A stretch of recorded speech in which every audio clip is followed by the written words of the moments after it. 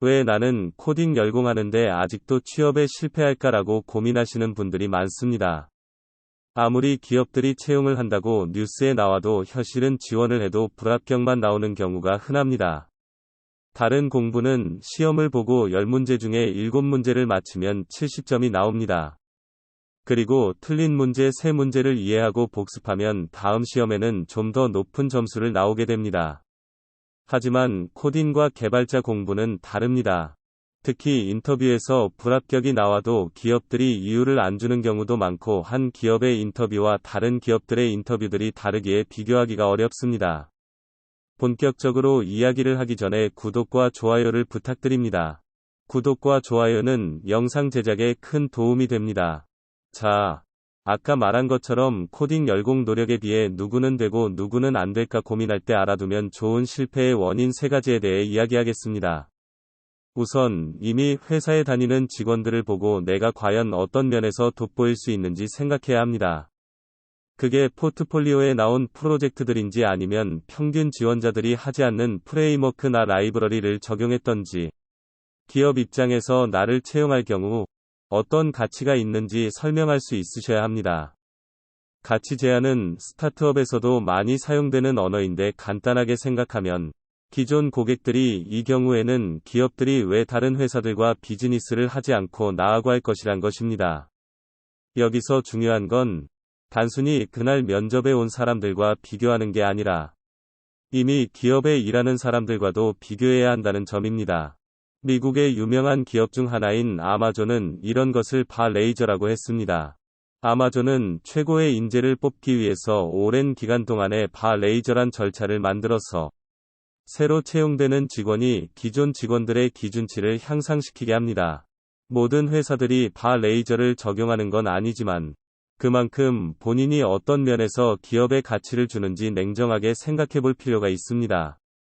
둘째는 스펙과 포트폴리오 및 프로젝트를 구별하셔야 한다는 겁니다. 예를 들어 프론트엔드 개발자를 채용하는 광고에 리액트, 뷰 그리고 앵귤러 같은 스파 프레임워크 경력을 요구한다고 나왔다고 생각하세요. 스펙으로 봤을 때 이 뜻은 단순히 리액트, 뷰, 그리고 앵귤러 프레임워크를 사용한 경력을 요구하는 게 아니라 과연 어떤 경우에 어떤 프레임워크를 쓰고 제한이 무엇인지 그리고 재사용성 및 확장성을 아셔야 합니다. 여기서 많은 분들이 궁금하시는 거 하나 필수 자격 요건과 우대사항의 차이입니다. 일반적으로 볼 때 필수 자격 요건은 인터뷰 단계로 갈 때 중요합니다. 그러나 채용에서는 우대사항이 실질적으로 더 핵심적일 수 있습니다. 기업 입장에서 자격 요건은 어느 정도 기초 실력과 이해력을 보는데 사용하고 실제 필요한 기술들은 우대사항에 포함하는 경우가 있습니다. 우대사항에 나온 스펙을 다 충족하지 않아도 채용이 안 되는 것은 아닙니다. 일단 자격 요건을 충족하면 지원을 하시는 것이 좋으나 우대사항들에 자주 나오는 스펙이 있다면 다음 프로젝트에 꼭 포함해보는 것을 권장합니다.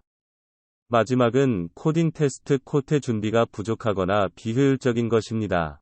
종종 코테를 준비할 때 그냥 문제를 많이 풀면 된다고 생각하시는 분들이 있습니다.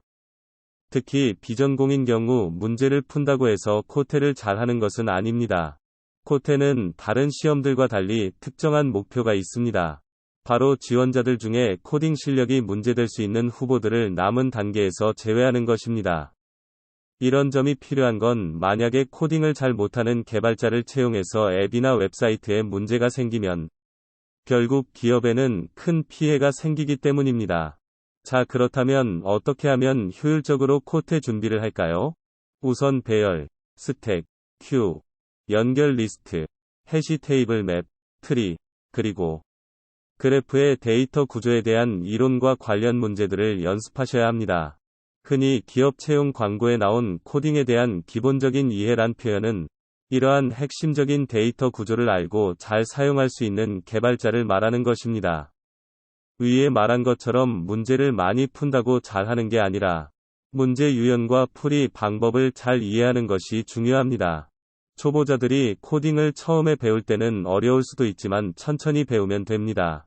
그만큼 이 영상을 보시는 여러분이 코딩을 어제 시작했다고 해도 간단한 이론과 문제부터 배우시길 바랍니다. 정리해서 코딩 열공하는데 실패하는 이유 3가지는 1번으로 이미 회사에 다니는 직원들을 보고 내가 과연 어떤 면에서 돋보일 수 있는지 생각하지 않았다는 것입니다.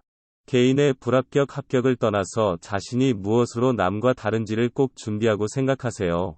2번으로 스펙과 포트폴리오 및 프로젝트의 차이를 중요시 하는 점입니다.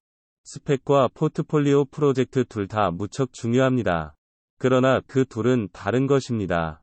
3번으로 코딩 테스트 준비가 부족하거나 비효율적이었던 것입니다. 특히 이 점은 꾸준한 시간 투자가 필요하기에 조급하게 생각하시지 말고 차근차근 기초 이해부터 다양한 문제까지 연습하세요.